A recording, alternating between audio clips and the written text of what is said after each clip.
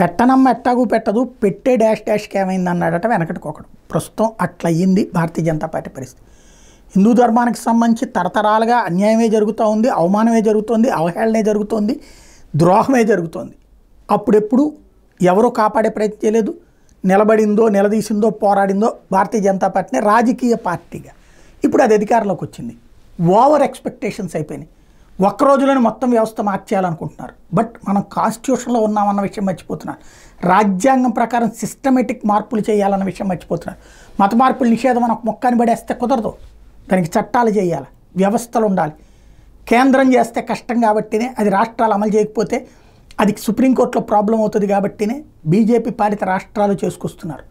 కానీ దేశవ్యాప్తంగా ఎందుకు చేయడు నరేంద్ర మోడీ అని తిట్టిపోచేది ఎవరో తెలుసా?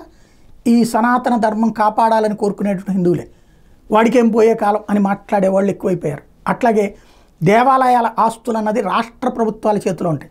దేవాలయాల ఆస్తులని ప్రైవేట్ ఎందుకు చేయడు నరేంద్ర మోడీ అంటారు. కేంద్రం చట్టం కుదరదు. అది శాంతి భద్రతలు, ఆలయాలకు సంబంధించిన చట్టాలు రాష్ట్ర ప్రభుత్వాల చేతిలో ఉంటాయి. బీజేపీ పాలిత రాష్ట్రాల్లో ఎందుకు ఇవ్వట్లేదు?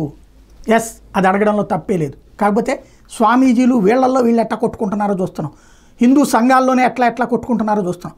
కాబట్టి బీజేపీ పాలిత రాష్ట్రాల్లోని దేవాదాయ శాఖలైనా అక్కడ దోచుకోకుండా ఉండాలన్నటువంటి కోరుకోవాలి. కానీ శాంతం శాఖ తీసేయడం అన్నటువంటి కాన్సెప్ట్ అవుతుందా?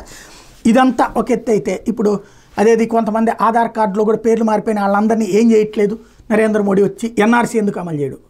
ఎన్ఆర్సీకి అక్కడ కోర్టులో అడ్డాలు పడి ఉన్నాయి, ఇంకా తేల్చలేదు. అది సిటిజన్షిప్ అమెండ్మెంట్ యాక్ట్ మనం చేస్తున్నారు, అమలు నిశ్శబ్దంగా చేసుకెళ్తున్నారు బీజేపీ పాలిత రాష్ట్రాలు. బీజేపీ ఏతర పాలిత రాష్ట్రాల్లో అడ్డుపడుతున్నారు.